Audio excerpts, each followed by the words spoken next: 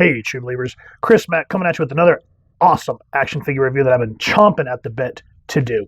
Today we're going over the Marvel Legends Age of Apocalypse Colossus Build-A-Figure Wave Iceman. And when I got this figure, I'm thankful that I was able to get the entire wave all at once. It was one of those things where I went to the store for one thing, went by the toy aisle, found the entire wave. If you want to pick it up, I would please say first and foremost, support your local comic shop and see if they have the wave in. If not, then I also saw it is available on Big Bad Toy Store and Dorkside Toys. Now, as for the box, we see that lovely X-Men logo there, Colossus up there. Love that spot varnish Age of Apocalypse right there. It just looks so great. Come around to the side, and as I've said with the other ones, the Apocalypse here looks great, but the figures here, they look too, I don't know, it's not bad art, but it looks a little too cartoony for the themes of what the Age of Apocalypse was. That's just my personal opinion on that. Let me know what you think. Come around, get a more close-up with that piece of artwork, which isn't too bad. Here, you get a read-up, so I'll make sure to leave a close-up where you can read it at your convenience. Same with the figures from the wave. Come around here, artwork there, nothing on the bottom. So with that said, let's get Bobby Drake out of the packaging and get a closer look at him. And here's Iceman out of the packaging, and as you can see, a beautiful, beautiful figure. I put him up on my very first attempt at an ice slide, which I very much need to revise. I'm glad that this thing survived a move, but I can tell it is starting to get dilapidated, and I just need to break out the, the hot glue and just make a new one.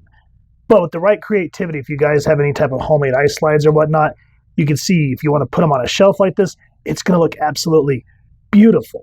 There's a lot to love with this figure. I maybe have one or two gripes, so why don't we get him off the stand and get a closer look.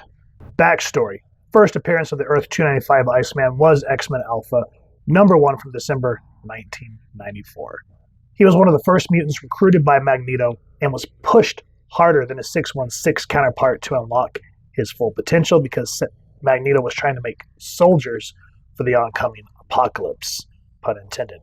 Even though Drake is still the semi-goofball that we do know, as the years of Apocalypse's rule went on, we see Bobby become more of a soldier. You know, he even kills the Infinite's leader, Eunice, I think is how you say his name, by freezing him and shattering his body. And he's one of the most skeptical about Bishop and his visions of an alternate future where Xavier didn't die at the hands of Legion. And I have to say, this is probably one of my favorite versions, like all-time versions of Bobby Drake. I do, though, wish that Marvel had left this arc alone instead of, continually revisiting it. More so, it still rubs me raw that they brought the 295 Iceman to the 616 universe, and they essentially turned him into a sociopathic killer. But thankfully, I know that sounds awful, he was killed by the Earth 295 Nightcrawler when that Kurt joined the Uncanny X-Force. So it's kind of interesting. Highly recommend the reads. If you're interested, let me know. I'll leave the issues down in the comments below for you. Now, with that said, let's take a look at the accessories.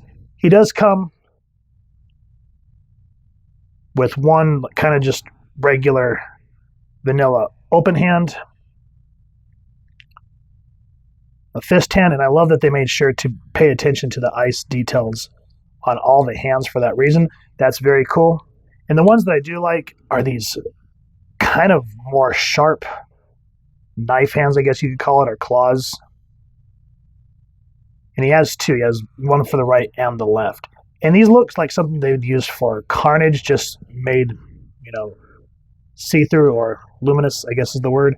And the blues on them is actually very beautiful. I wish there was a little more ice on the hands, but that's okay because you put them on there and they just look spectacular. I'm thankful for these. Though I will say what kills me, though, is the lack of ice effects. I mean, come on. We've had 3 Marvel Legends Icemans, including this one, and the most that we have gotten is that kind of piddly ice slide that came with the retro carded version. And it's just like, could it kill you guys to, give them like an ice shield or an ice blast? Same thing with like fire figures like a Shiro. I mean, at least with those, they'll give you those fireballs, which they get kind of annoying. But, like some fire shoot, ice shoot, kind of like how the McFarlane Mortal Kombat line is. I don't know. Maybe they're just cutting costs because of the Build-A-Figure, which I get, but at the same time, it's like, don't let your individual figures suffer as well. Now, onto the paint apps. This thing is beautiful. I think this is the closest I've seen to what Iceman's supposed to look like in both universes, minus this one where you really couldn't see his mouth. So that's comic accurate. I love the way that they did the hair where, again, just look at how transparent that plastic is. That is just so awesome. But I like how they dry brushed and like kind of frosted the hair to make it white and the blue. Same thing on the shoulders. Very gorgeous work. I mean, look at that. That is some damn fine attention to detail. And even the musculature, I like that it looks more blocky to show ice instead of more human-esque anatomy like a regular figure. The legs, again, that dry brushing. It would have been cool to put some ice tips on his feet instead of just having the regular feet, but at least they got it on the ankle and around here. And I'm glad that they didn't skip on the back. You get that dry brushing again here on the backpack, which this does not come off like the Juggernaut version, which is okay because we will eventually go over the Marvel Legends Juggernaut version. And what I like is this one's more of a, I don't know if you can hear that, but it's a hard body, as were the Juggernaut one. It feels like when you touch it, it's just super rubbery and you just feel like it's going to fall apart. So this one definitely is superior than the last two releases. The articulation on this guy is quite swell. There's only one gaping problem that I do see, and we'll get to that in a second. But the head, it's on that double hinge, so you can go all the way down that way. And even with this ice backpack, essentially, look at that. Now, I will say, again, first and foremost, warm your figures up, whether it be warm water or a blow dryer, however you want to do it, because out of the packaging, I could not get his head to do that until I warmed him up. Can go that way, that way. Does have some play, so you can get a different range. Arms, that much that way. Come back around this way, that way. And now with the arms, before we go any further, this is my gaping problem. The Juggernaut and the Retro Wave both have butterfly joints here. This one does not. What the hell? Again, Iceman's one of those kind of more posable, articulated figures like Spider-Man and Deadpool. So you want a wide range of motion on him. So not having that butterfly joint is just chaps my hide and frosts it to the wall. So with that said, that's probably the only thing that really irks me because he has double jointed elbows, handspin 360.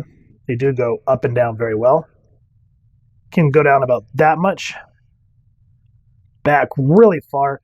Has a nice waist pivot. Legs that much. Legs that much.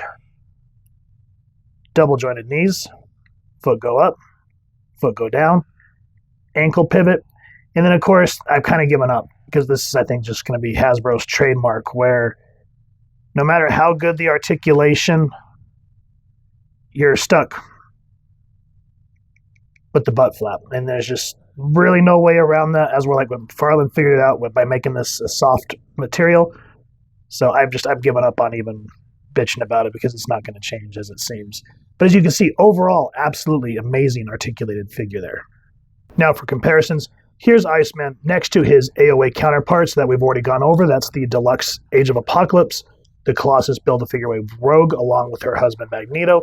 And then, of course, the little turd that started the 295 universe, David Haller Legion.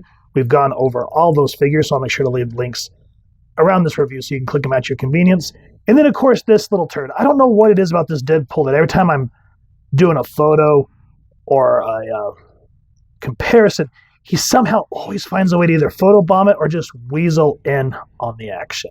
I don't know. He's a fun figure. I did a review on him as well, so you can check it out on this channel. But as you can see, once you get these on a shelf, all these figures are going to look absolutely gorgeous together, especially the AOA ones. You get a pose of David trying to kill Magneto, have Xavier jumping in. It's going to look absolutely beautiful, guys. I've been enjoying every single one of these that have been coming out. I don't know. I just can't get enough. I hope that we do eventually get another Age of Apocalypse wave, but then again, that's just because that to me was a very special time during my adolescence. So guys, let me know what you think of all these figures down in the comments below. This is a beautiful figure, y'all. Don't sleep on this Iceman. I highly recommend it. I've gone over the retro Iceman, and he has his ups and downs. I do have the Juggernaut Wave Iceman that we will eventually go over. But out of these three, I would pick this one any day of the week. He has the right ice tone, I guess you could say, because the other one was silver and the other one was almost translucent to a degree. But I like that this one has that mixture of blue and translucent to actually make it look ice. I think my biggest gripes thus far with Iceman, in terms of Iceman figures, is the lack of accessories. My goodness. I mean, I'm glad with this one we got these ice pointy knife hands. But come on, let's get some ice effects. I was watching X-Manny's review on this figure, and he had to use the Sub-Zero effects in order to kind of make Iceman look like that. I just don't know why it wouldn't kill Hasbro to just give us a few ice effects other than just that ice slide that came with the retro version. Other than that, I think my only other gripe where I feel like this figure was a step backwards is both older Icemen had butterfly joints. This one does not. So I don't understand why they think, okay, this is kind of like a very articulated character like Spider-Man or Deadpool. Let's get rid of the one thing that makes him super articulated. I think that was a very bad decision, but it doesn't hinder it enough to say, I don't want to pick it up. This Iceman is worth it. And as I said, if you've enjoyed this figure, please, first and foremost, check with your local comic shop first and foremost to support local businesses, and then go the other routes that we talked about. If you guys have enjoyed this figure, we really would appreciate if you take a moment to like, share, and subscribe. Helps the club channel more than you could possibly know. And if you wouldn't mind hitting that fancy little ice bell next to subscribe, that way as we continue to upload content, you guys will get notified. Come to the channel, and we love talking with y'all and hearing your thoughts and feedback down in the comments below or our social media pages, which I'll make sure to leave the links down in the description. So with all that said, photo slideshow coming up next. Hope y'all continue to have an absolutely amazing day reading, and happy hunting, true believers.